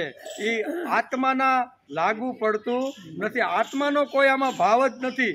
એમ શ્રીમદ ભગવદ્ ગીતા બીજા અધ્યાયના અહીંયા 20મા શ્લોકની અંદર આ અર્જુનને ભગવાન સમજાવે છે કે આ જે 6 ભાવો જે છે ને એ બધા શરીરના છે, આત્માને કોઈ એની સાથે સંબંધ હોતો નથી. તેથી અડધી ઉંમર વયા ગયા પછી પણ માણસે વિચાર કરી લેવો જોઈએ. જ્યાં સુધી યાવદ વિતો પાર્જન શક્ત, શંકરાચાર્ય કહે છે, આપણે પણ ઘણીવાર અહીં કીધું છે કે ઘરની અંદર આપણો ભાવ ક્યાં સુધી પોસાય, અથવા આપણે ઘરના લોકો ક્યાં સુધી આપણે પોષે, સારું સંભાળે, અથવા ખાવા પીવા, રહેવાનું, કપડાનું સારી રીતે ક્યારે આપે? તો કે ઘરની અંદર આપણે 50,000-60,000 મહિને જો આપતા હોય ને તો ઘરની અંદર બધાય ભાવ આપણો પૂછે છે. પણ ભાવ પૂછવાનો ક્યારે બંધ થાય? નોકરી બંધ થાય પછી કે બાપા હીરા તમને હવે બરોબર પૂછતા નથી, તમારી 3 નજર થાય છે ને, એટલે હવે અમારી ફેક્ટરીમાં તમે હાલશો. એમ કરીને આપણે જ્યાં નોકરી ધંધો કરતા હોય ત્યાંથી પણ છૂટા આપણે કરે કે નહીં, બરાબર? અને પછી બાપાએ કમાવાનું બંધ કર્યું, 60 વર્ષની ઉંમર થઈ ગઈ અને પછી ઘરમાં એનું કોઈ ભાવ પૂછતું યાવદ વિત્તો પાર્જન સક્ત તાવરની જ પરિવારો રક્ત પચ્ચન ધાવત ઝરઝર દે વાર્તા પૃચ્છતી કોપી ન ગે. કોણ કહે છે? શંકરાચાર્ય એટલું બધું સરસ લખીને ગયા છે કે જે વખતે યુવાની હોય, થનગનતી યુવાની હોય, ઘરની અંદર આવી રીતના બધા ભાવ પૂછતા હોય, જ્યારે પાણી માગે ત્યારે આવી રીતનું ખસખસનું તમને લીંબુનું શરબત આપે, બરાબર ને, ચા માગો તો કોફી આગે, આ બધું આપે એનું કારણ શું છે?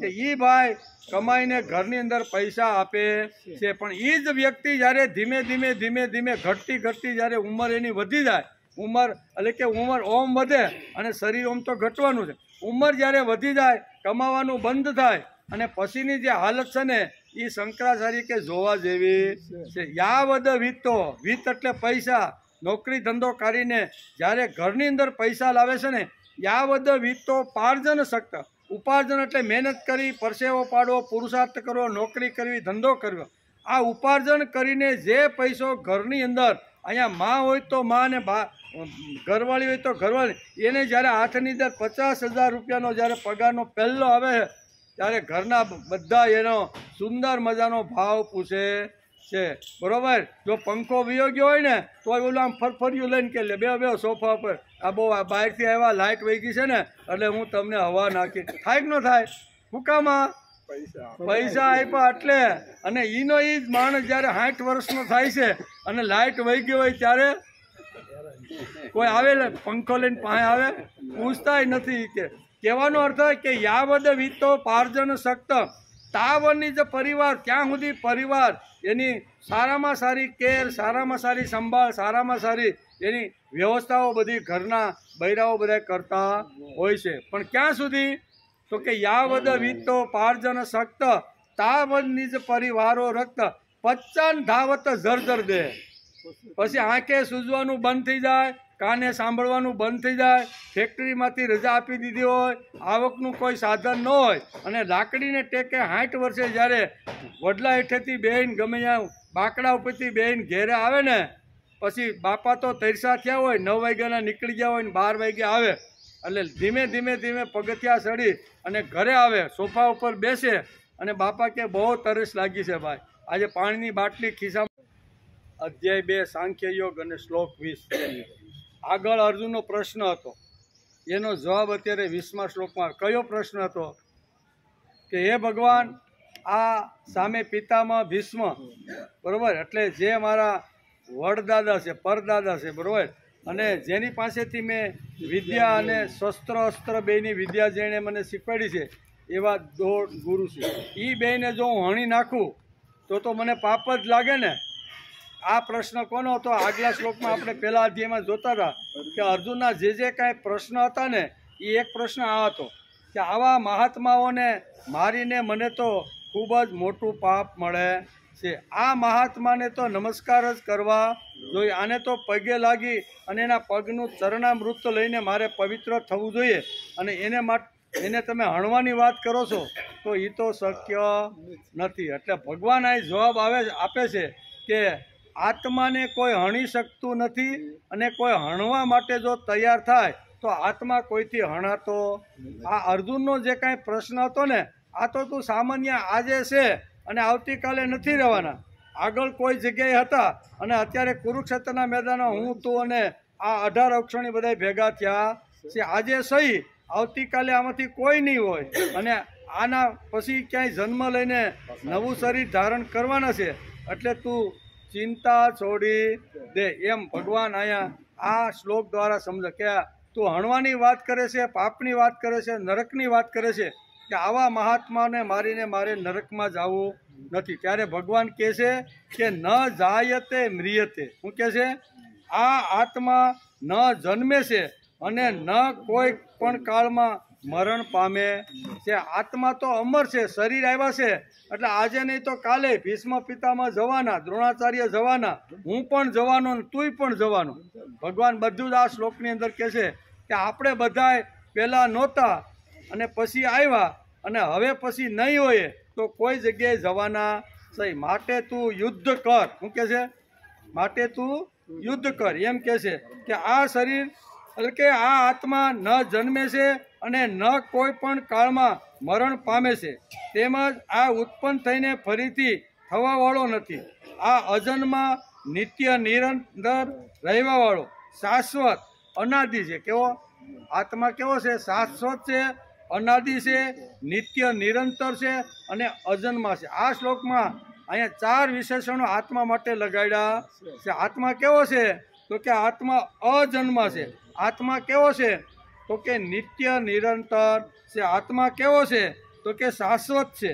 અને આત્મા કેવો છે? તો કે પુરાણ, ખૂબ જ જૂનો છે. પુરાણ એટલે જૂનો છે. એમ કે પુરાણ એટલે જૂનો, અનાદિ છે. એટલે કે શાશ્વત અને અનાદિ છે.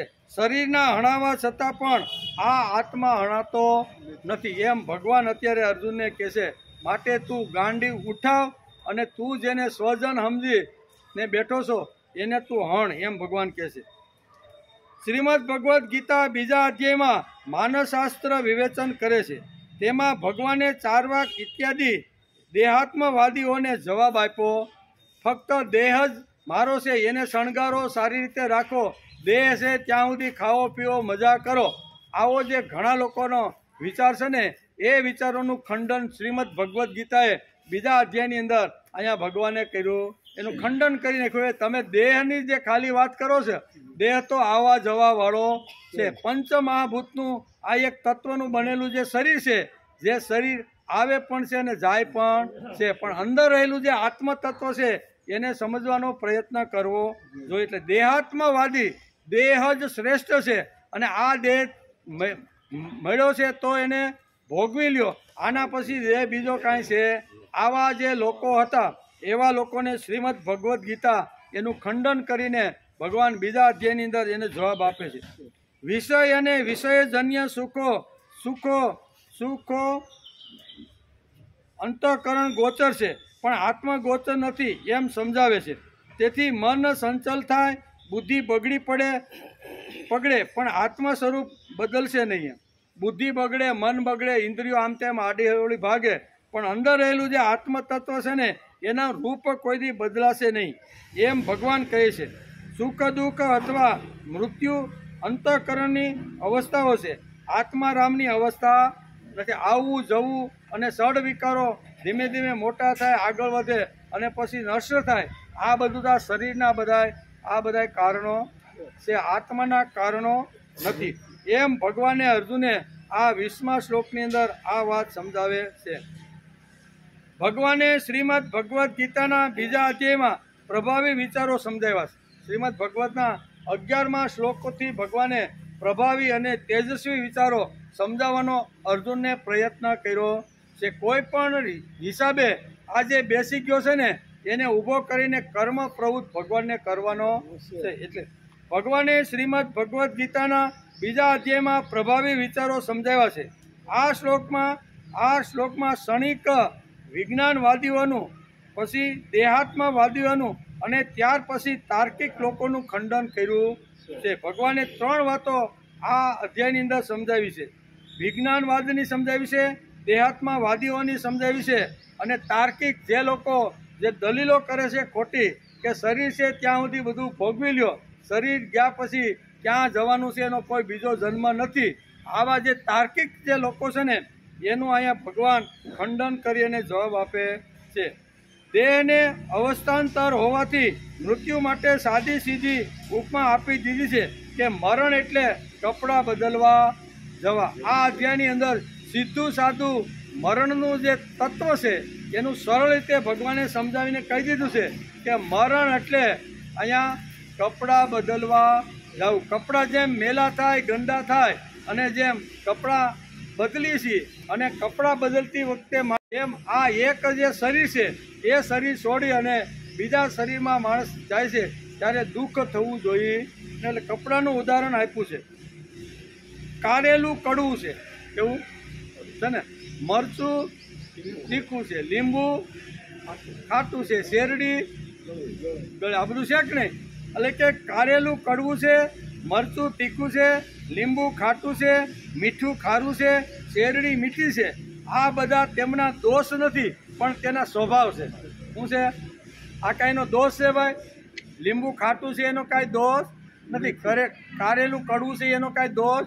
એનો સ્વભાવ છે ભાઈ. શેરડી મીઠી છે એનો સ્વભાવ છે.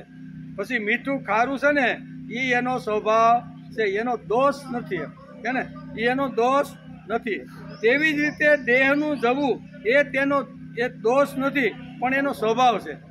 આપણા દેહનું આ બધા ચારે ચાર ઉદાહરણ આપીને વ્યાસ આપને સમજાવવા માગે છે કે જેમ કારેલું કડવું છે એ એનો સ્વભાવ છે, એનો દોષ નથી. એમ એક જ શરીર આવે છે અને એ શરીરની અંદર આપણી વૃદ્ધત્વ થાય ને ધીમે ધીમે ધીમે ઘટતું જ્યારે એવી અવસ્થા આવે છે અને પછી જાય છે, એ આ દોષ નથી પણ એનો સ્વભાવ છે. એટલે સ્વભાવથી આવી રીતનું જાય છે, એનો સ્વભાવ છે.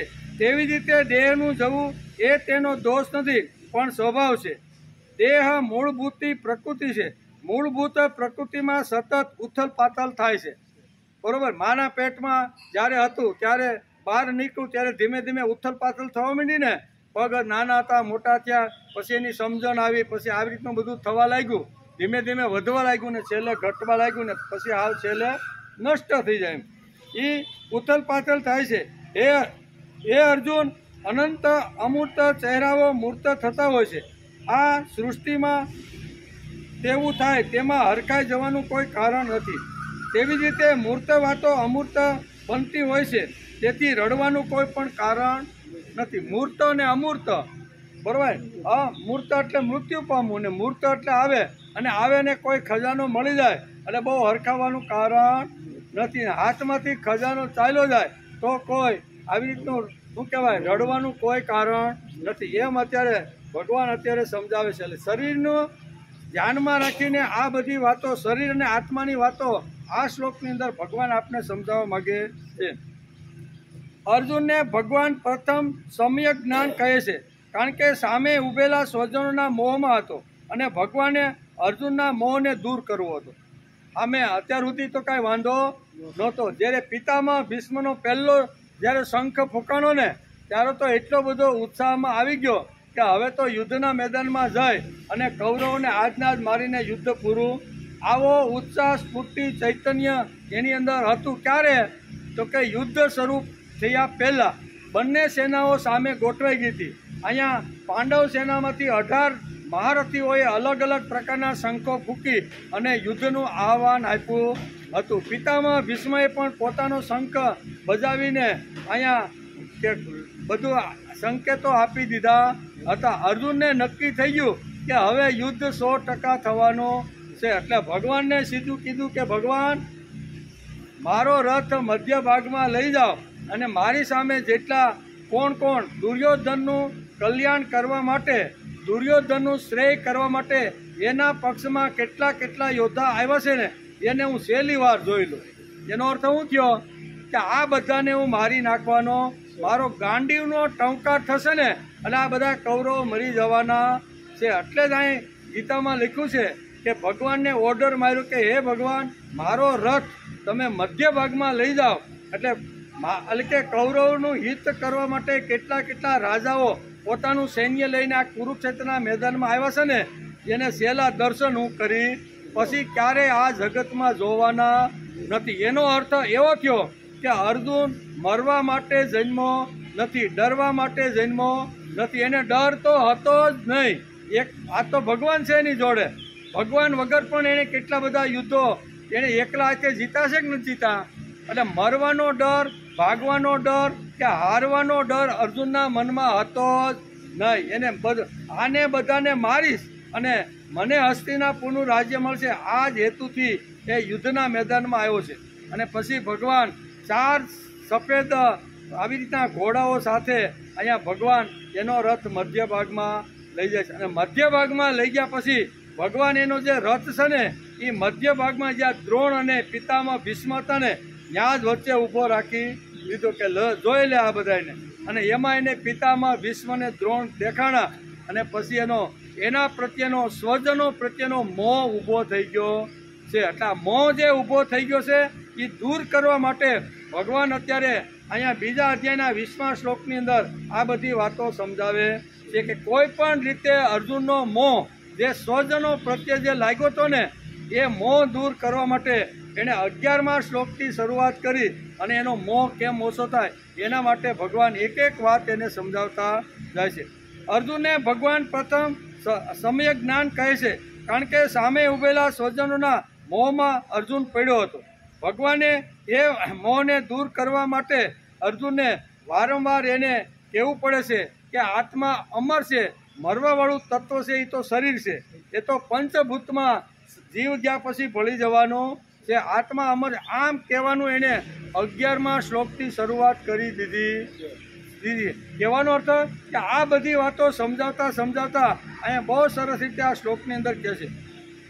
શ્રીમદ ભગવદ્ ગીતાનો જે આ ન જાયતે મ્રિયતે વા કદાચિન, આ જે ગીતામાં જે શ્લોક લખ્યો છે એ જ બેઠો શ્લોક કઠોપનિષદની અંદર અહીંયા વ્યાસે લખી નાખ્યો છે. ઘેરે જો કઠોપનિષદ હોય ને તો એ શ્લોક વાંચજો, અને ગીતાનો બે એક જ જગ્યાએ બંને શ્લોકો લખેલા છે. એનો અર્થ કે ઇતિ શ્રીમદ ભગવદ્ ગીતા ઉપનિષદ, કઠોપ ઉપનિષદ છે એટલે ઉપનિષદને પણ વણી લીધું છે, બ્રહ્મસૂત્રને પણ વણી લીધું છે. એ બધાનો નિચોડ કરી અને અહીંયા એક માળાની અંદર ગૂંથ્યા છે. તેથી આ શ્લોક જે છે ને એ કઠોપનિષદનો બેઠો શ્લોક શ્રીમદ ભગવદ્ ગીતાની અંદર વ્યાસે મૂક્યો છે, અને શ્રીમદ ભગવદ્ ગીતાનો બેઠો શ્લોક વેદ વ્યાસે કઠોપનિષદની અંદર મૂકી દીધો છે. બંને શ્લોકો એક જ સરખા છે. એમ કે કઠોપનિષદના મંત્રને આ શ્લોક મળતો આવે છે. ન જાયતે મ્રિયતે વા કદાચિનાય, આવું ભગવાને ગીતામાં લખ્યું છે. અને ન જાયતે મ્રિયતે વા વિપચિત્ત, આમ કરીને કઠોપનિષદની અંદર આ શ્લોકને ગૂંથી લીધો છે. બીજી લીટી ગીતા અને કઠોપનિષદમાં સરખી જ આવે છે. પ્રથમ લીટીમાં થોડો ફેરફાર છે અને પ્રશાંતરીમાં આ વાતો લખેલી છે. અર્જુનની સમજણને દ્રઢ કરવા માટે, આપણી માન્યતાને તોડી નાખવા માટે 5000 વર્ષ પછી ખોટી માન્યતાઓ તોડી નાખવા માટે ભગવાને આ શ્લોક અહીંયા ટાંકવાનો પ્રયત્ન કર્યો છે.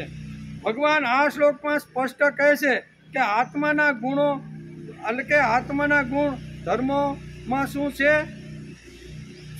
આત્માને એક પણ વિકાર નથી, આત્મા નિર્વિકારી છે. આપણી પાસે બે વાતો છે, એક શરીર છે અને બીજું શરીરી. આપણી પાસે શું છે?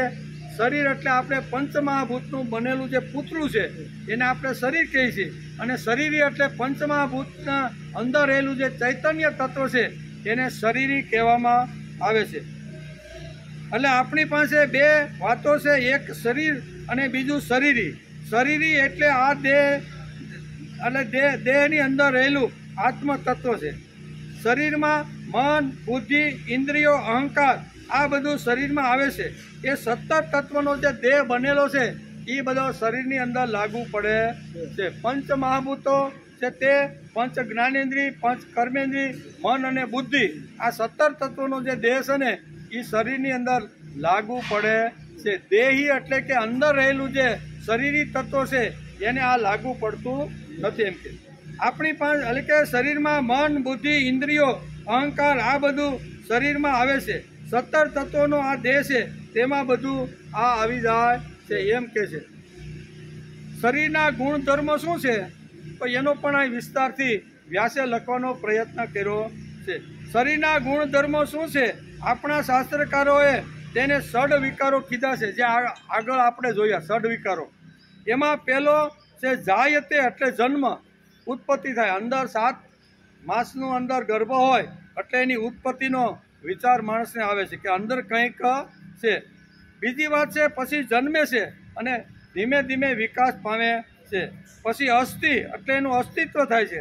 પછી વિપરીત મતે એટલે જન્મે છે અને ધીમે ધીમે અંગોની અંદર ફેરફાર થતો જાય છે. પછી વર્ધતે એટલે વધે છે, અને અપક્ષીયતે એટલે ઘટે છે, અને પછી છેલ્લે વિનશ્યતે એટલે નાશ પામે છે. આ ષડભાવો આપણા શરીરની અંદર છે.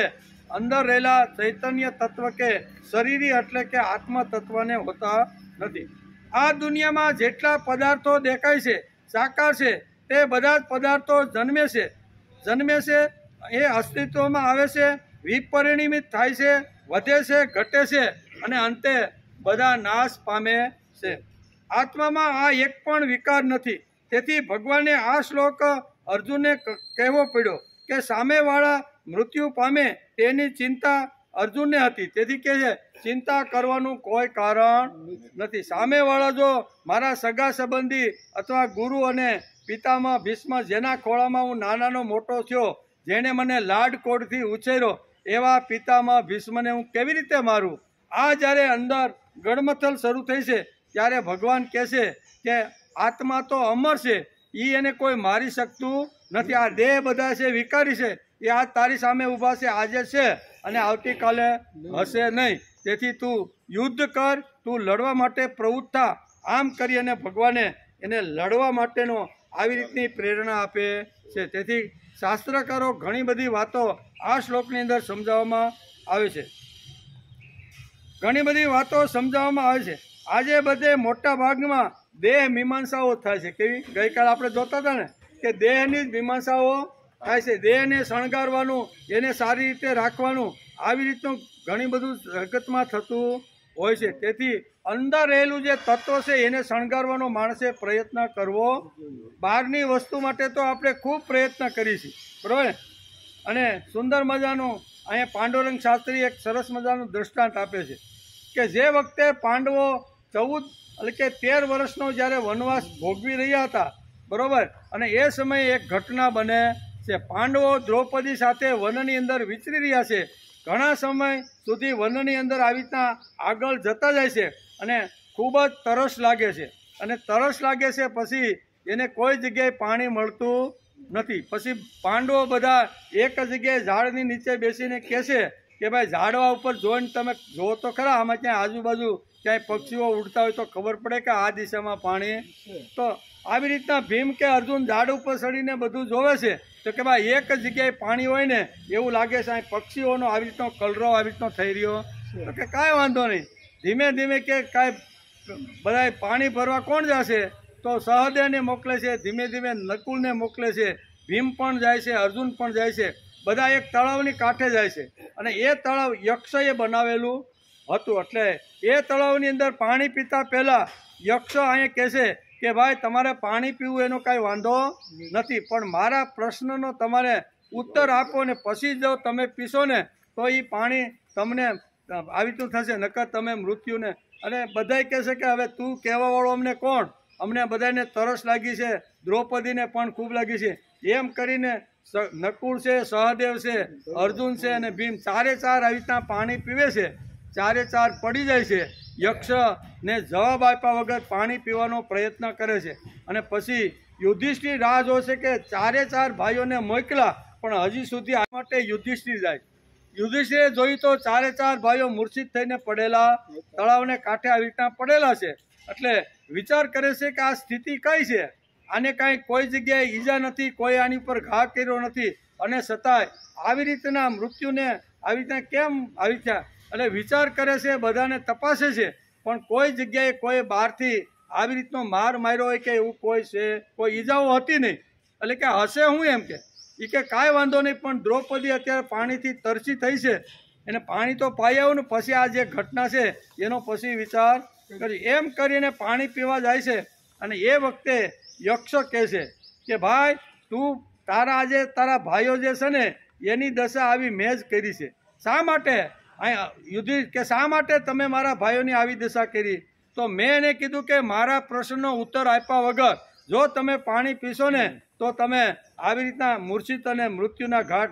જેણે અમારી સામે, મારી પાસે આવી તો હું ભીમ છું ને મારી પાસે ગદા છે ને અવલ કે મારી પાસે ગાંડીવ છે ને તું અમને આવું બધું બોલ્યા, પણ એણે પીવાનો પ્રયત્ન કર્યો એટલે મેં આ બધાની દિશા આવી કરી નાખી. તારે પણ જો મારા પ્રશ્નનો ઉત્તર આપ્યા વગર જો તારે પાણી પીવાનું હોય ને તો ચાર ભાઈઓની જેવી દશા થઈ છે ને એવી દશા તારી થવાની છે. પાણી મૂકી દીધું, બે હાથ જોડીને કહેશે કે તમે કોણ છો? તમે જે કાંઈ પ્રશ્ન મને પૂછશો ને એના જવાબ મારી બુદ્ધિ પ્રમાણે અથવા મારી પાસે જે એના જવાબો છે એ પ્રમાણે હું આપીશ. એની અંદર ઘણા બધા પ્રશ્ન યક્ષ પૂછે છે, પણ એક મહત્વનો પ્રશ્ન યક્ષ પૂછે છે કે આ જગતની અંદર આશ્ચર્ય પમાડે એવી કઈ ચીજ છે ઘણા બધા પ્રશ્નો પૂછ્યા છે. એને મહાભારત જેને વાંચ્યું છે, જોયું છે, એને બધાને ખબર હશે કે ઘણા બધા પ્રશ્નની અંદર એક પ્રશ્ન એનો આ છે કે આ જગતની અંદર આશ્ચર્ય પમાડે એવું શું છે? અને એ વખતે યુધિષ્ઠિર કહે છે કે આ જગતની અંદર આશ્ચર્ય પમાડે એવી એક જ વાત છે કે આજે માણસ જન્મે છે, ધીમે ધીમે મોટો થાય છે, અંગોની અંદર ફરક થાય છે, એ યુવાન થાય છે, ધીમે ધીમે વૃદ્ધ થાય છે, વૃદ્ધ થાય પછી એની શક્તિ ઘટતી જાય છે, અને ઘટ્યા પછી એનું મૃત્યુ થાય છે, અને મૃત્યુ થયા પછી એને આવી રીતનો અગ્નિ સંસ્કાર કરવામાં આવે છે. અને એ અગ્નિ સંસ્કાર કરવા માટે જ્યારે માણસ જાય છે, ઘણા લોકોને અગ્નિ સંસ્કાર કરાવવા માટે જાય છે, અને એને ગયા પછી પાછો જ્યારે ઘેરે આવે છે ને ત્યારે એને એમ લાગે છે કે હજી હું તો અમર છું, મારે મરવાનું નથી. આવું જે વિચાર છે ને એને આશ્ચર્ય કહેવામાં. યુધિષ્ઠિર શું કહે છે? યક્ષે પૂછ્યું કે આ જગતમાં આશ્ચર્ય વસ્તુ શું છે? તો કે શમશાને પહોંચાડ્યા પછી 2 કલાક એની સાથે જ્યાં સુધી આ રીતની સૈયા બળતી હોય ત્યાં સુધી રહે, ઘણી બધી વાતો કરે, આમ છે તેમ છે, આપણે જવાનું છે, આ હું લઈ ગયો ને આપણે હવે હું લઈ જવાનું, આવું બધું ઘણું સમજે છે, વિચારે છે. ઘેરે આવે છે અને પત્ની કહે છે જઈ એવા તો કાંઈ વાંધો નહીં, બાથરૂમમાં નાહી લ્યો તો હું ચા બનાવી દઉં. ટેબલ ઉપર ચા આવે ને પીવે અને પછી એમ થાય કે હું અમર છું, મારે પણ જવાનું. આવું જે માણસ વિચારે છે, હજારો લોકોને એના મિત્ર સંબંધીને બધાને બાળી એવો છે, પણ હું જવાનો નથી, એવું જે માણસ વિચાર કરે છે ને એને આશ્ચર્ય કહેવામાં આવે છે. આવા ઘણા બધા પ્રશ્નો પૂછ્યા છે. અને ત્યારે કહે છે કે ભાઈ તમે સરસ મજાના મને જવાબ આપ્યા છે, પણ અર્જુન કે તમે સૌ કોણ? અને પછી ત્યાં એવી રીતના પ્રગટ થાય છે, અને પછી કે હું તમારા ઉપર પ્રસન્ન થયો છું, તમે મારી પાસેથી તમારા 4માંથી કોઈ પણ એક ભાઈ જીવિત થાય ને એવું તમે મારી પાસેથી માગો. બરોબર? અને ખરેખર એના જે પોતાના જે ભાઈઓ હતા એ અર્જુન અને ભીમ હતા, અને બે તો માતરીના દીકરા હતા, એટલે બીજી માતાના દીકરા હતા.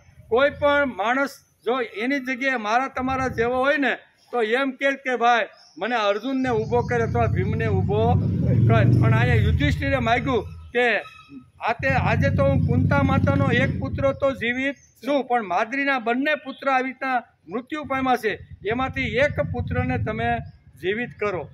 યક્ષ પૂછે છે આવું કેમ?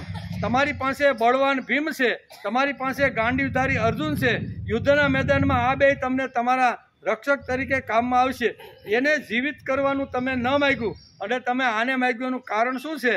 તો કે હું કુંતા માતાનો એક દીકરો તો અત્યારે જીવિત છું, પણ માદ્રી માતાના 2માંથી એકેય દીકરા જીવિત નથી, તેથી અમે બંને એક માદ્રીનો જીવિત રહીએ અને એક હું જીવિત રહું.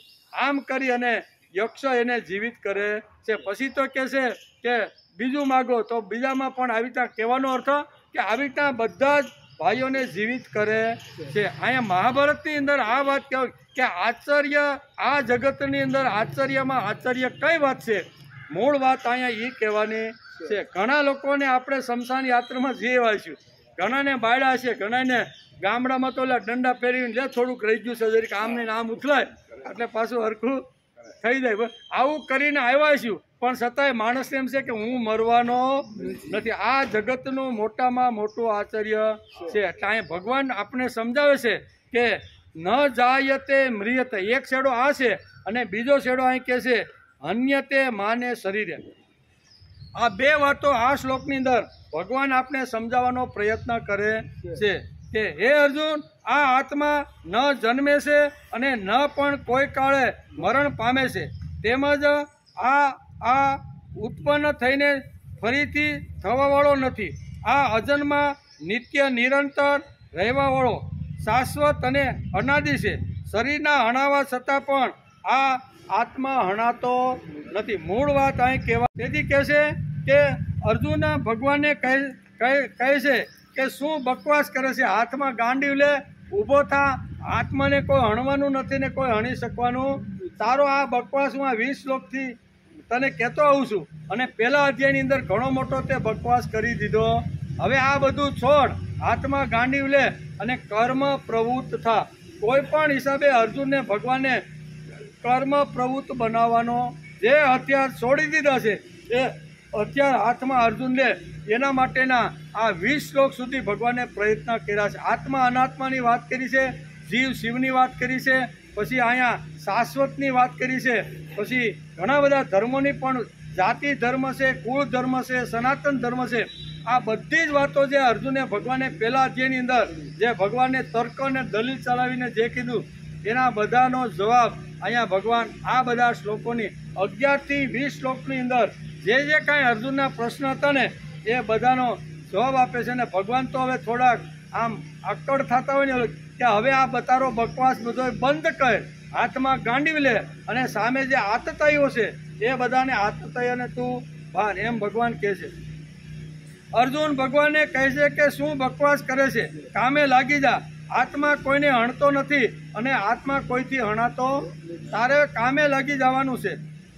ખાઈ પીને જાય તેનું મરણ થાય છે અને સારા કરીને જાય છે તેનું સ્મરણ થાય છે.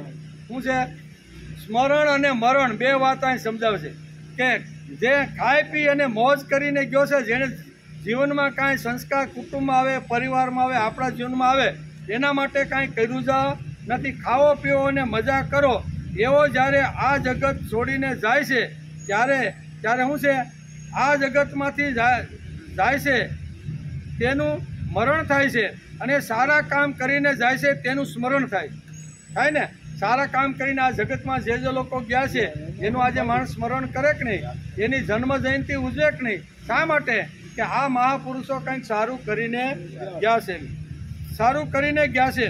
જીવનમાં કંઈ કહેવા જેવું છે, સંપત્તિ આપી છે તો વાપરો, બુદ્ધિ આપી છે તો વાપરો, શરીર આપી છે તો ભગવાનના કાર્ય માટે, ભગવાનના કે સામાજિક ઉન્નતિ થાય, સમાજનું કલ્યાણ થાય, મારું કલ્યાણ થાય અને લોકો સારા થાય એના માટે જે મન આપ્યા છે, બુદ્ધિ આપી છે, શરીર આપ્યું છે, ઇન્દ્રિયો આપી છે, સંપત્તિ આપી છે, સત્તા આપી છે, જે કાંઈ ભગવાને જે લોકોને આપ્યું હોય તે બધાનો એણે ઉપયોગ કરવો છે. તેથી ભગવાને બીજું બાજુમાં 2 સિક્યુરિટી ગાર્ડ રાખ્યા છે. ભગવાને કેવા આપણી જે નાક છે ને, માણસો નાક કપાવવું જોઈએ, નાક ન કપાવવું જોઈએ. નહીં તો જૂના કાળમાં એક બારોટીયો એવો હતો ને, બધા નાક જ કાપતો. શું કરે? કોઈ પણ વાડીએ વાવું ગયા હોય ને તો બીજું કાંઈ કરે, નાક કાપી નાખે. અમારા તાલુકામાં ઘણા નાક વગેરેના બાપા હવે તો વહી ગયા, પણ નાક કાપે, નાક કાપે. એટલે કે જીવનમાં કંઈ કહેવા જેવું છે, સંપત્તિ આવી છે તો વાપરો.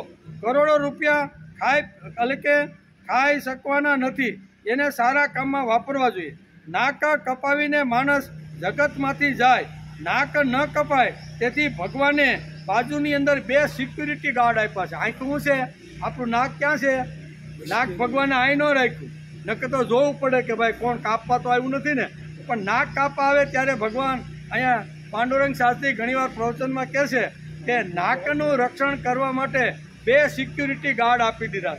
એક આ આંખ, આ બાજુની આંખ અને બીજી આંખ, અને વચ્ચે રાખ્યું છે નાક. એટલે મારું નાક કોઈ કાપી ન જાય એટલા માટે 2 સિક્યુરિટી ગાર્ડ અહીંયા ભગવાને શરીર બનાવતી વખતે કહે છે કે આનું નાક કપાવવું જોઈએ નહીં. તેથી નાકના રક્ષણ માટે અથવા નાકની કાળજી રહે એટલા માટે 2 સિક્યુરિટી ગાર્ડ આપી દીધા છે. છતાંય આપણે નાક કપાવીએ છીએ, છતાંય માણસ નાક કપાવે છે. પાછળ નાક હોય તો ક્યારેય ભીડમાં કપાઈ જાય. અહીં કદાચ હોય ને ભીડમાં ગયા હોય, કોઈ બસમાં ઠોમો લાગ્યો હોય તો ઘણીવાર કપાઈ જાય. પણ ભગવાને સમજી વિચારીને આગળના ભાગની અંદર રાખી અને 2 ગાર્ડ એવી રીતના બનાવી દીધા છે કે જે નાકનું રક્ષણ કરતા. ઘણી બધી વાતો છે, પણ આ શ્લોકની અંદર ભગવાને ખાસ તો 2 વાત અર્જુનને કહેવાની છે. જે શું કહેવાય, જે સ્વજનો પ્રત્યે જેને મોહ થયો હતો અર્જુનને, કે આ તો મારા સ્વજનો છે, એને મારીને મારે આવી રીતે એને હણવા નથી. ત્યારે ભગવાન અહીં એના જવાબમાં આપે છે કે આ સ્વજનો જે છે ને એ આજે છે અને આવતીકાલે રહેવાના નથી. આત્મતત્વ અમર છે, તેથી એનો તારે વિચાર કરી લેવો જોઈએ. તેથી આત્માને કોઈ હણવા માટે આવે તો આત્મા હણાતો નથી, અને કોઈ હણવા ઊભો થાય તો બીજાથી પણ તે હણાતો નથી. આવો જે આત્મા છે એના માટે 4 વિશેષણો ભગવાને અહીંયા વાપર્યા છે. આત્મા કેવો છે? તો કે આત્મા અજન્મા છે. આત્મા કેવો છે? તો કે નિત્ય નિરંતર છે. આત્મા કેવો છે? તો કે શાશ્વત છે. અને આત્મા કેવો છે? તો કે પુરાણ, જૂનો, અનાદિ. આ 4 વિશેષણો ભગવાને અહીંયા અર્જુનને સમજાવીને આત્માનું વર્ણન કર્યું છે. એટલે આ સુંદર મજાની વાતો આજે આપણે સમજવાનો પ્રયત્ન કર્યો. ટાઈમ થઈ ગયો છે. આવતીકાલે આપણે આવશું ત્યારે 21મા શ્લોકની અંદર ભગવાન આગળ શું કહેવાના છે એનો વિચાર આપણે આવતીકાલે.